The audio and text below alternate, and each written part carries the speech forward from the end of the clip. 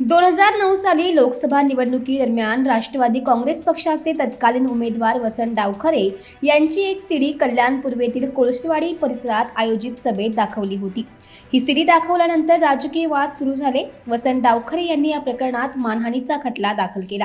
या प्रकरणात डावखरे यांनी शिवसेना पक्षप्रमुख उद्धव ठाकरे, एकनाथ शिंदे, तत्कालीन लोकसभा उमेदवार आनंद परांजपे आणि सभा आयोजित करणारे रमाकांत देवळेकर यांना या खटल्यात अभियुक्त केलं। वसंत डावखरे यांचे निधन झाले, मात्र हा खटला गेल्या 17 वर्षांपासून कल्याण कोर्टात सुरू आहे।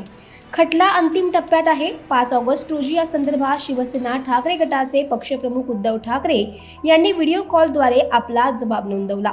त्यानंतर उपमुख्यमंत्री एकनाथ शिंदे यांनी व्हिडिओ कॉलद्वारे आपला जबाब नोंदवलाय। या प्रकरणातील इतर 2 लोक आनंद परांजपे आणि रमाकांत देवळेकर यांनी उपस्थित राहून आपला जबाब नोंदवला आहे। न्यायाधीशाने या संदर्भात 32 प्रश्न विचारले असल्याची माहिती समोर आली आहे। कल्याण कोर्टाचे न्यायाधीश संतोष आगे यांच्या कोर्टात ही सुनावणी पार पडली आहे। आम्ही राजकीय विरोधक असल्याने हा खोटा खटला आमच्या विरोधात दाखल केल्याचं या प्रकरणातील लोकांनी सांगितले। आता या प्रकरणात 24 ऑगस्ट रोजी शेवटचा युक्तिवाद होणार आहे। त्यानंतर या प्रकरणात निकाल लागणार आहे।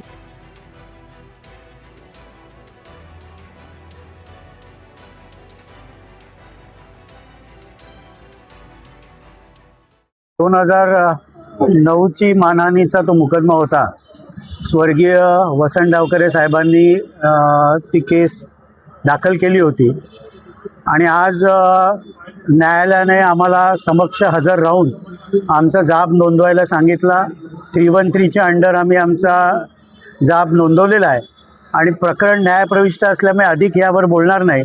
पण ज्या वेळेला न्यायालय आम्हाला हजर राहायला सांगेल त्यावेळेला संपूर्ण न्यायालयीन प्रक्रियेला सहकार्य करून न्यायालयासमोर आम्ही हजर राहू।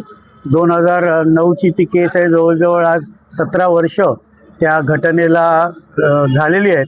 आम्ही आमचा साक्ष नोंदवलेला आहे। याच्याहून अधिक कुठली प्रतिक्रिया प्रकरण न्यायप्रविष्ट असल्यामुळे देणं उचित राहणार। आज कोर्टामध्ये सांगितल्याप्रमाणे काल उद्धवजी ठाकरे साहेबांचं VC वरती 313 झालं होतं। सेम आज तसंच आनंद परांजपे साहेबांचं VC वरती एकनाथजी शिंदे साहेबांचं आणि देवळेकर साहेबांचा 313 रेकॉर्ड झालेला आहे। आता अंतिम युक्तिवादात आम्ही 24 तारखेला पुन्हा ते मॅटर ठेवलेलं आहे। तर 24 तारखेला अंतिम युक्तिवाद काय होईल, त्यानंतर कोर्ट काय डिसिजन देतं ते नंतर तारीख ठरवते। काय म्हणणं होतं शिंदे साहेब? सदरची केस ही राजकीय म्हणून खोट्या प्रकारची केस केलेली आहे, पुढे त्यांचं म्हणणं आहे। बाकी सर्व त्यांचे ज्या प्रश्न होते ते खोटे आहेत आणि माहीत नाही अशा स्वरूपाची ती केस।